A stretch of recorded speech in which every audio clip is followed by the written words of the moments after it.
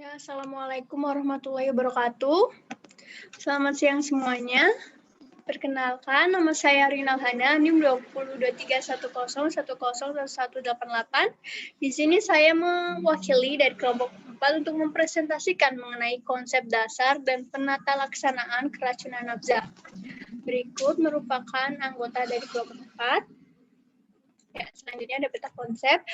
Di sini saya akan membahas mengenai definisi nafza, nafza golongan 1, nafza golongan 2, dan juga nafza golongan 3. Yang pertama ada definisi dari nafza. Nafza itu merupakan singkatan dari narkotika, psikotropika, dan zat adiktif lainnya. Jadi nafza merupakan suatu bahan atau zat yang dapat mempengaruhi tubuh, terutama pada susunan saraf pusat atau otak. Jadi apabila obat ini disalahgunakan, maka menyebabkan gangguan psikis atau jiwa, fisik, dan juga fungsi sosial. Yang pertama ada nafza golongan 1, yaitu narkotika. Jadi menurut KBBI, narkotika adalah obat untuk menenangkan saraf, menghilangkan rasa sakit, menyebabkan kantuk, atau merangsang seperti opium dan ganja.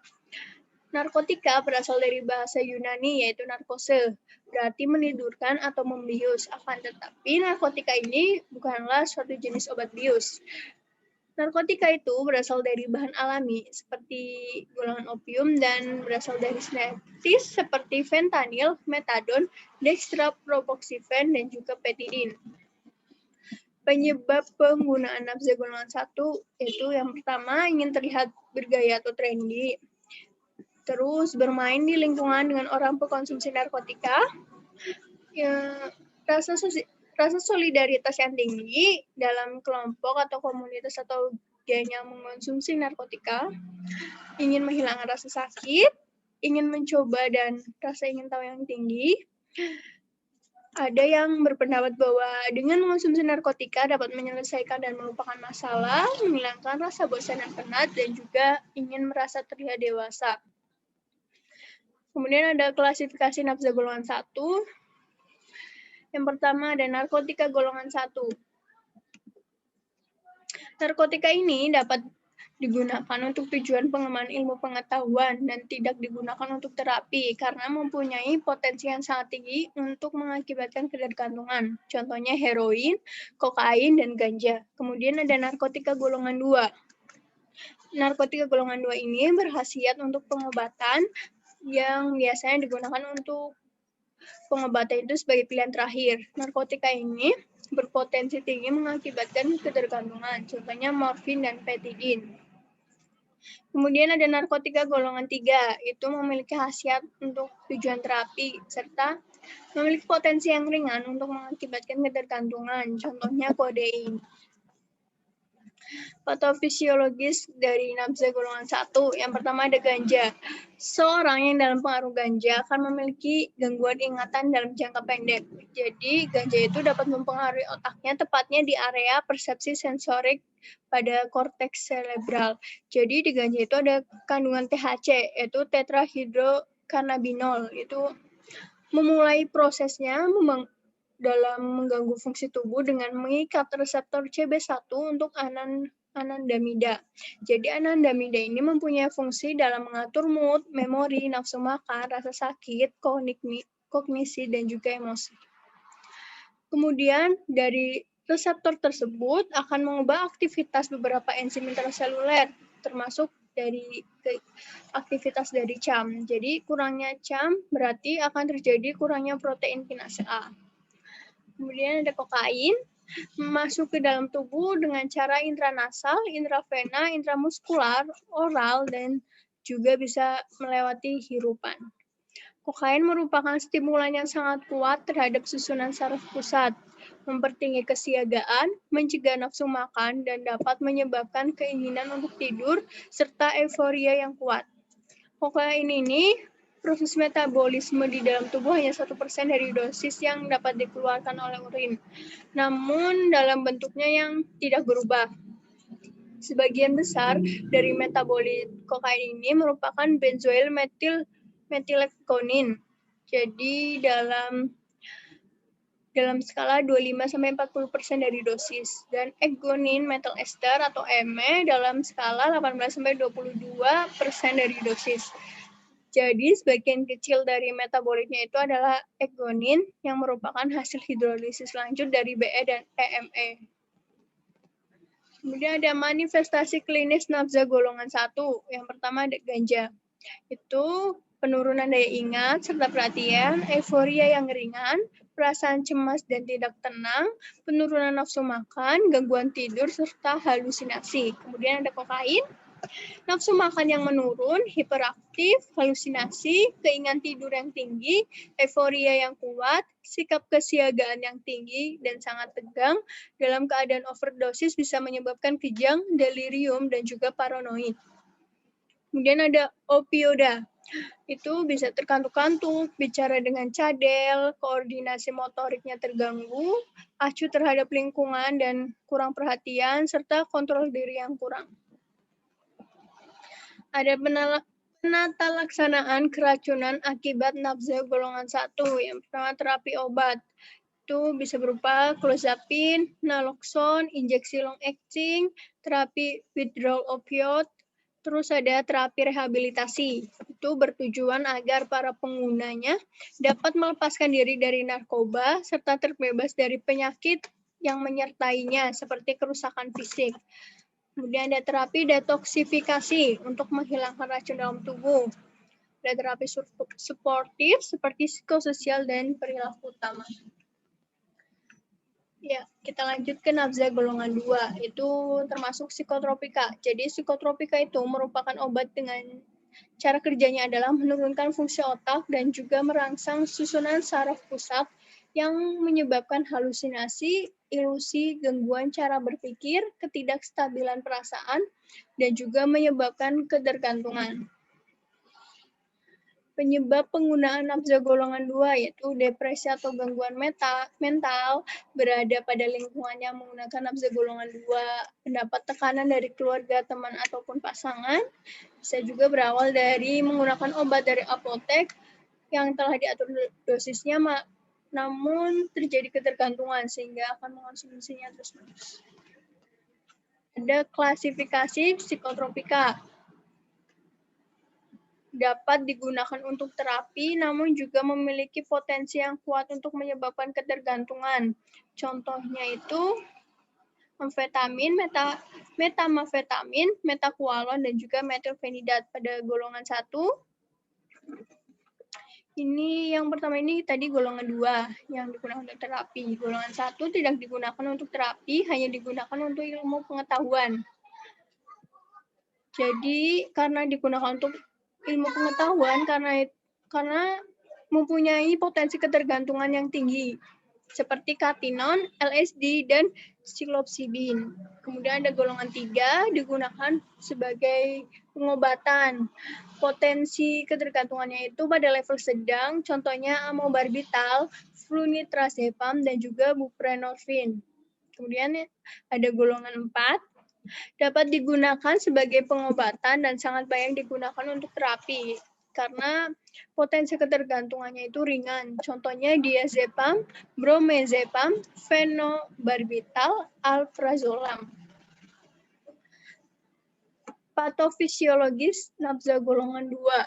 Semua obat-obatan yang tergolong dalam psikotropika ini bersifat lipofil dan mudah masuk ke dalam cairan cerebrospinal atau CCS. Mekanisme kerja dari obat-obatan tersebut yaitu berhubungan erat dengan kadar dari neurotransmitter yang ada di otak. Jadi neurotransmitter ini atau neurohormon merupakan suatu zat yang dapat menyebabkan penerusan impuls dari suatu neuron melalui sinapsis ke neuron yang lainnya.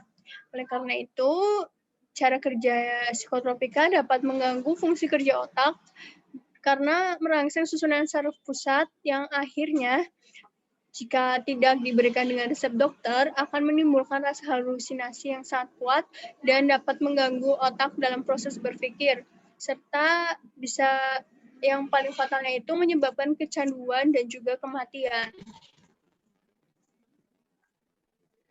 Manifestasi klinis nafza golongan 2. Ya, pada golongan 1, contohnya LSD itu kejang, insomnia, kelelahan, detak jantung yang berdebar-debar atau aritmia, nyeri pada otot tubuh, depresi, tubuh terasa panas. Kemudian ada katinon, tekanan darah meningkat hingga menimbulkan stroke, anoreksia, tidak nafsu makan, sulit tidur, halusinasi yang sangat berlebihan, dan juga gangguan jiwa. Sedangkan pada golongan 2 ada amfetamin, itu kejang, hipertensi, psikosis, halusinasi yang hebat, takikardia, stroke, dan yang paling fatal bisa menyebabkan kematian. Kemudian ada metamfetamin, itu meningkatkan laju nadi, banyak berkeringat, meningkatnya frekuensi napas, nyeri pada dada, dan bisa menyebabkan kematian. Golongan 3 ada amobarbital, bisa depresi, memiliki refleks yang lamban, tekanan darah rendah atau hipotensi, dan juga hipotermia. Dan ada buprenorfin, itu rasa euforia, napas yang pendek, pupilnya mengecil, bicaranya cedal, malas bergerak, gangguan daya ingat. Kemudian yang terakhir ada golongan 4, itu ada fenobarbital. Penurunan fungsi pernapasan, merasa sangat lelah, kehilangan perhatian, diktamus. Yang terakhir ada alprazolam. Ada halusinasi, sesak napas, adanya gejala alergi, gejala seperti penyakit kuning. Penata laksanaan keracunan akibat nafza golongan 2. Pemeriksaan urin itu sebaiknya dilakukan tidak lebih dari 24 jam dari pemakaian terakhir agar masih terdeteksi. Terus untuk menunjang diagnosis secara mendetail, pemeriksaan bisa dilakukan dengan pemeriksaan laboratorium atau cek darah, EKG, fototoraks, dan sebagainya. Dan ada penanganan pada keracunan psikotropika itu, penanganan secara suportif, penanganan detoksifikasi, penanganan dengan cara rehabilitasi. Ada nafza golongan 3. Jadi nafza golongan 3 itu termasuk yang zat adiktif, itu bahan yang menyebabkan adiksi atau ketergantungan, dan juga membahayakan kesehatan ditandai dengan perubahan perilaku, kognitif, fenomena fisiologis, keinginan kuat untuk mengonsumsi bahan tersebut, kesulitan dalam mengendalikan penggunanya, memberi prioritas pada penggunaan bahan tersebut. Penyebab penggunaan nafza golongan 3 yaitu yang pertama ada keadaan keluarga yang tidak kondusif, mempunyai resiko bagi remaja untuk terlibat dalam penyalahgunaan zat ini. Jadi biasanya remaja yang memiliki masalah dalam keluarganya itu biasanya akan mengalihkan pemikirannya dengan mengonsumsi obat tersebut. Terus bisa juga karena pengaruh teman sebaya, dapat menciptakan keterikatan dan kebersamaan sehingga sukar melepaskan diri juga karena merasa sudah satu frekuensi seperti itu. Terus ada kondisi lingkungan sosial juga bisa mempengaruhi penyalahgunaan nafza golongan 3 itu. Klasifikasi nafza golongan 3 itu diperoleh dari hasil peragian atau fermentasi madu, gula, sari buah atau umbi-umbian. Jadi etanol ini bersifat larut air maupun libida dengan volume distribusi mendekati air. Etanol itu cepat terserap dari saluran pencernaan dalam waktu 30-60 menit setelah dikonsumsi. Jadi etanol atau alkohol ini terdistribusi ke seluruh cairan tubuh dan jaringan. Terus kadar alkohol dalam darah itu maksimum bisa dicapai dalam waktu 30-90 menit. Setelah berhasil diserap, etanol atau alkohol ini disebarluaskan ke seluruh jaringan dan cairan tubuh. Jadi alkohol ini dapat terdeteksi di dalam darah, urin, dan nafas seseorang yang baru mengonsumsi alkohol karena kandungan alkohol pada alveoli paru-paru bisa digunakan untuk menggambarkan tingkat kandungan alkohol dalam darah. Jadi alkohol itu sangat cepat diserap oleh tubuh. Jadi kecepatan penyerapan alkohol itu bervariasi pada setiap orang. Umumnya itu konsentrasi maksimal dalam darah dicapai setengah jam sampai 1 jam setelah minum, dan tergantung juga pada konsentrasi alkohol yang dikonsumsi. Yang paling cepat terserap itu konsentrasi pada 20%. Patofisiologis nafza golongan 3. Zat adiktif ini sangat umum ditemukan kasusnya dikarenakan di Indonesia penggunaan tembakau, lem, dan alkohol sangat sering dikonsumsi. Jadi penggunaannya pun sering didasari pada penghilang rasa stres karena salah satu dari zat adiktif ini seperti alkohol akan membuat pengguna merasakan seperti halusinasi dan melupakan sejenak masalahnya. Pada pengonsumsi alkohol ini dapat menyebabkan berbagai jenis gangguan kesehatan dalam jangka pendek dan juga dalam jangka panjang, seperti gangguan sistem saraf pusat, gangguan kardiovaskuler, gangguan sistem pencernaan, bahkan gangguan pada kehamilan. Selain itu, pengonsumsi ini juga dapat merasakan gangguan kesehatan psikisnya. Manifestasi klinis nafza golongan 3. Minuman alkohol pada kadar etanol 1-5%. Dalam mengonsumsi minuman ini baru terasa gejala apabila dosis yang diminum terlalu banyak. Gejala klinisnya dapat merusak hati, memicu berbagai penyakit serius mulai dari perlemakan hati hingga sirosis. Pada kadar etanol 5-20%. Contohnya itu seperti minuman anggur. Jadi, jika dikonsumsi berlebihan, dapat meningkatkan risiko kanker, depresi, dan penyakit jantung. Gejala klinis yang paling sering terjadi itu seperti kulit kemerahan dan berjerawat. Kadar etanol 20-45%.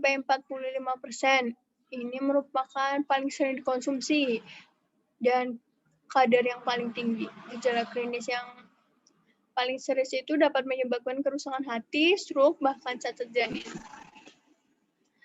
Inhalasi sistem saraf pusat itu keracunan akut, euforia, halusinasi, delusi, pusing, kebingungan, sakit kepala, vertigo, kejang-kejang, ataksia, pingsan, koma, dan yang lainnya.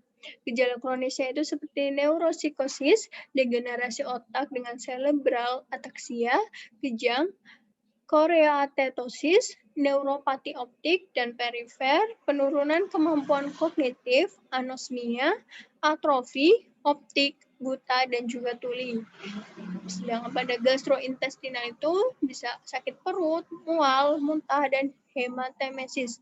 Hepatotoksitas itu akan bermanifestasi dengan asites, ikterus, hepatomegali, dan juga gagal hati. Pada renal dan metabolik, renal tubular acidosis, hipokalemia, hipofosfatemia, hiperkloremia, azotemia, pyuria, hematuria, dan proteinuria. Dan ada hematologik. Itu bisa limfositosis, makrositosis, eosinofilia, hipokromia, basophilic stippling, dan anemia aplastik pada kasus yang berat. Pada dermatologi, itu kontak cutaneous dengan kulit akan mengakibatkan dermatitis, Haver rash atau Haver eczema, luka bakar akibat dari bahan kimiawi, nekrosis, jaringan, dan sebagainya. Pada muskuloskeletal, itu toluene itu merupakan salah satu penurunan dari alkohol, bisa mengakibatkan rhabdomyolysis dan myoglobinemia. Hipokalemia itu akibat dari renal tubular acidosis bisa mengakibatkan kelemahan otot.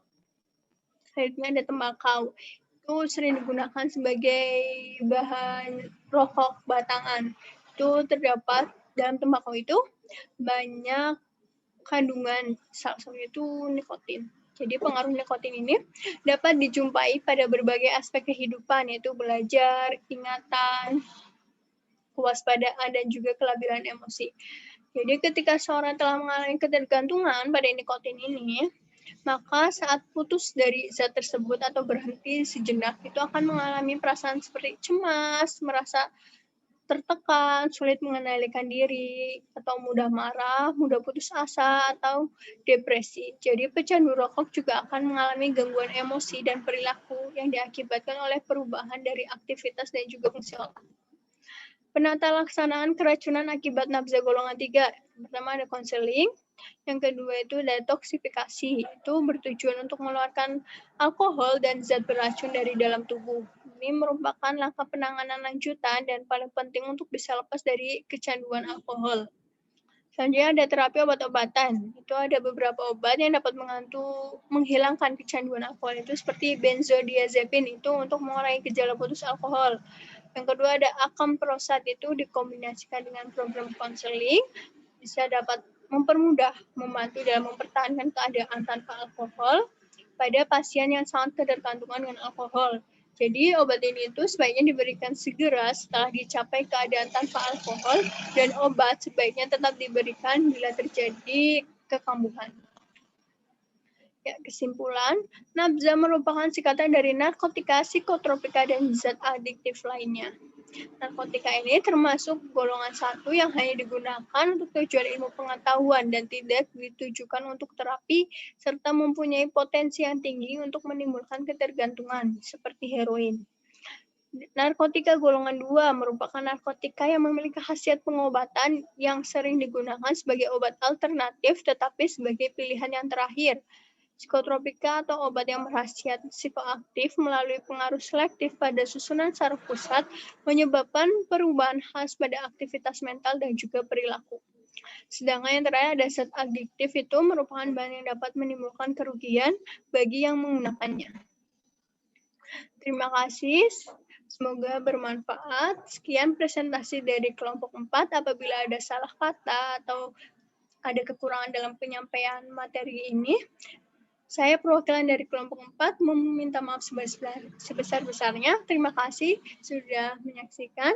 Wassalamualaikum warahmatullahi wabarakatuh.